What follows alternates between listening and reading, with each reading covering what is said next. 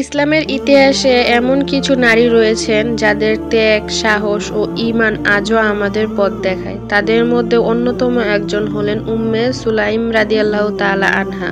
তিনি শুধু একজন নারী ছিলেন না, তিনি ছিলেন এক সাহসী মা, একজন একনিষ্ঠ সাহাবিয়া এবং নবী করিম সাল্লাল্লাহু আলাইহি সাল্লাম এর প্রিয় মানুষদের মধ্যে একজন। উম্মে সুলাইম রাদিয়াল্লাহু তাআলা আনহু এর প্রকৃত নাম ছিল রুমাইসা বিনতে মিলহা। তিনি মদিনার খাঁটি আনসার পরিবারে জন্মগ্রহণ করেছিলেন। তার গোত্র ছিল খাজরাজ, যা ছিল ইসলাম গ্রহণকারীর প্রথম সাহাবীদের অন্যতম একটি গোত্র। তিনি ছিলেন এমন একজন নারী যার ঈমান ছিল অটল, যার অন্তর ছিল সরল, কিন্তু সাহসে ছিলেন পর্বতের মতন দৃঢ়। উম্মে সুলাইম রাদিয়াল্লাহু তাআলা আনহা ছিলেন প্রথম দিককার ইসলাম গ্রহণকারী মহিলাদের একজন। তার মধ্যে ছিল ইসলাম নিয়ে এক অদম্য ভালোবাসা। যখন মদিনায় ইসলামের আলো ছড়িয়ে পড়েছিল, তখন তিনি কোনো দ্বিধা ছাড়াই আল্লাহ এবং তার রাসূল সাল্লাল্লাহু আলাইহি সাল্লামকে স্বীকার করে নেন। ইসলাম গ্রহণ করার পর তিনি নিজের গড়ে ইসলাম প্রচার করতে শুরু করেন। আর এখানেই শুরু হয় তার জীবনের প্রথম পরীক্ষা। কারণ তার স্বামী ছিলেন একজন মুশরিক, মালিক ইবনে নাজর। মালিক ইসলামকে ঘৃণা করতেন। উম্মে সুলাইম রাদিয়াল্লাহু তাআলা আনহা যখন ইসলাম গ্রহণ করেন, তখন মালিক ক্রুদ্ধ হয়ে তাকে ইসলাম ছাড়তে বলেন। কিন্তু উম্মে সুলাইম রাদিয়াল্লাহু তাআলা আনহা দৃঢ়চেতনা কণ্ঠে বলেন, আমি এখন একটি দিন গ্রহণ করেছি যা সত্য, আমি এটি ছেড়ে দেব না। এ কথায় মালিক আরো ক্ষিপ্ত হয় এবং সংসার ভেঙে দেয়। একে একে সম্পর্কের বন্ধন ছিন্ন হয়, কিন্তু ঈমানের বন্ধন আল্লাহর সঙ্গে আরো শক্তিশালী হয়ে ওঠে। এরপর কিছুদিনের মধ্যেই মালিক ইবনে নাজর একটি যুদ্ধে বের হলে সেখানে সে নিহত হয়। মালিক ও উম্মে সুলাইম রাদিয়াল্লাহু তাআলা আনহার এর একমাত্র ছেলে ছিলেন আনাস ইবনে মালিক রাদিয়াল্লাহু তাআলা আনহু। তাকে ছোটবেলা থেকেই তিনি ইসলামী শিক্ষা দিতেন। তার ঈমানী মায়ের হাতে গড়ে ওঠা এক মহান সাহাবী। হিজরতের পর উম্মে সুলাইম রাদিয়াল্লাহু তাআলা আনহা তার প্রিয় ছেলেকে রাসূল সাল্লাল্লাহু আলাইহি সাল্লাম এর খেদমতে উপহার দেন।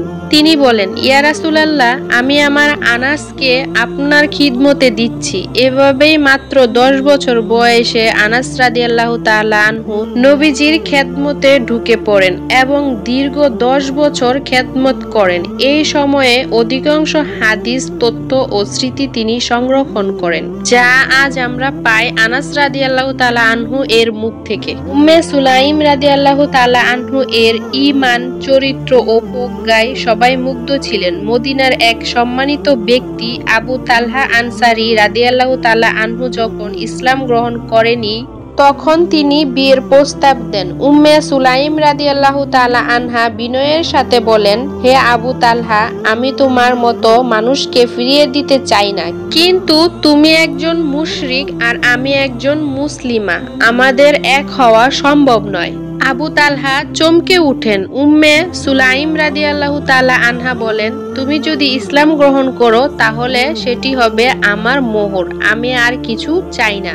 আবু তালহা ইসলাম গ্রহণ করেন এবং এই বিয়ে হয় ইসলামের ইতিহাসের সবচেয়ে বরকতময় বিয়েগুলোর একটি। আবু তালহা ও উম্মে সুলাইম রাদিয়াল্লাহু তাআলা আনহু এর সংসার ছিল সৌভাগ্যময়। তাদের ঘরে একটি ছেলে হয়, কিন্তু এক সময় সে ছেলে অসুস্থ হয়ে পড়ে এবং মৃত্যুবরণ করে।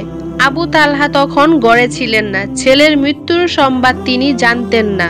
উম্মে সুলাইম রাদিয়াল্লাহু তাআলা আনহা তার স্বামীকে কষ্ট না দিতে প্রথমে তাকে খাবার খাওয়ান, বিশ্রাম করতে দেন।